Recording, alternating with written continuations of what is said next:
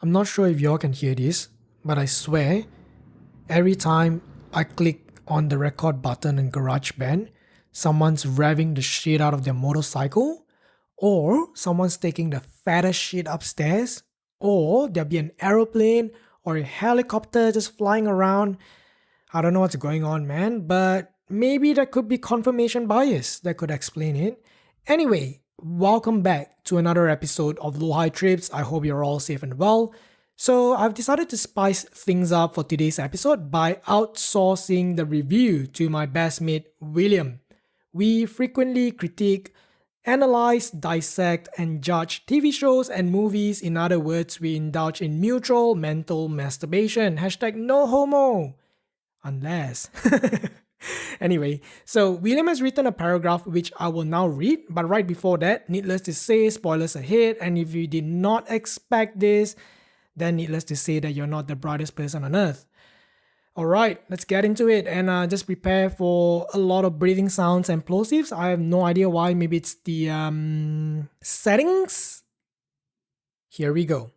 This series is a very refreshing look into Westeros as it displayed Westeros in a time of peace and prosperity rather than the usual tone set by the Game of Thrones series, which were of war and conquest.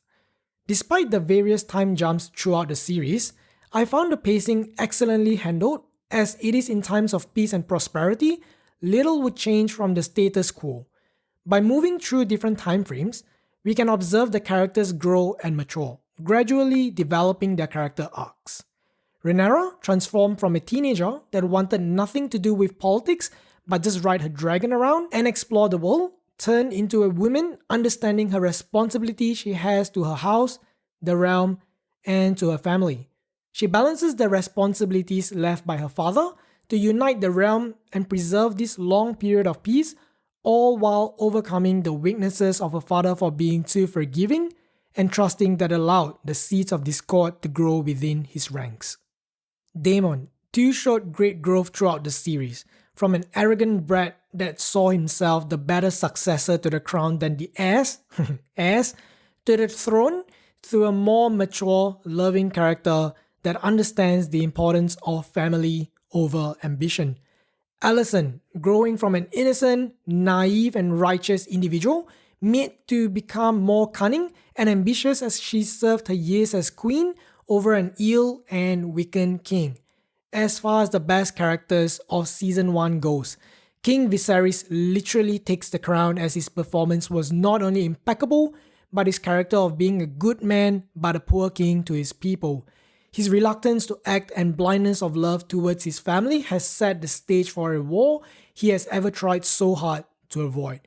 I really appreciate the showmakers being confident enough to entrust their audience to read between the lines and allowing scenes to breathe, as not everything needs to be spelled out or have an action scene to feel the quote-unquote boring setups.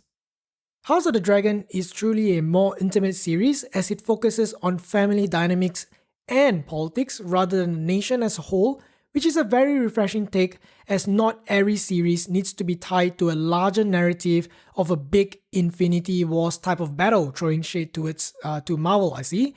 Season 1 concluded with all the small conflicts and consequences set up throughout the series paid off in one extremely effective finale. I enjoyed the fact that the House of Dragon did not rely on its Game of Thrones brand recognition and CGI dragons, but the well-written plot, characters, and storytelling aspect to deliver a heck of a series. From all the trash cash grab series aired of lately, it's truly inspiring that great works of art like these are still produced. So that is the end of William's very brief House of the Dragon summary or review. What are your thoughts? Did I pass my IELTS/PTE reading test? I hope I did. I didn't realize how difficult it was to read off a script as compared to just sharing whatever's at the top of my head, you know? But anyway, I genuinely believe that House of the Dragon is a series worth trying and watching. If you did not follow Game of Thrones, probably don't bother, I don't know, because the last 2 seasons were obviously very traumatizing to most, if not all, of the viewers.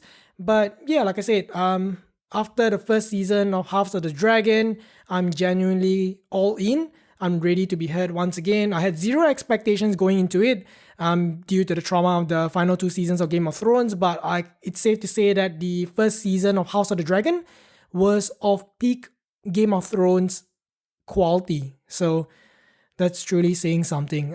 Very proper world building, consistent character development, fitting casting, immersive acting, just a whole lot, If you haven't watched Game of Thrones, I would say, give House of the Dragon a try, because it's two completely different stories, despite the fact that they're all intertwined with one another one way or the other. So, yes, I'm running out of breath.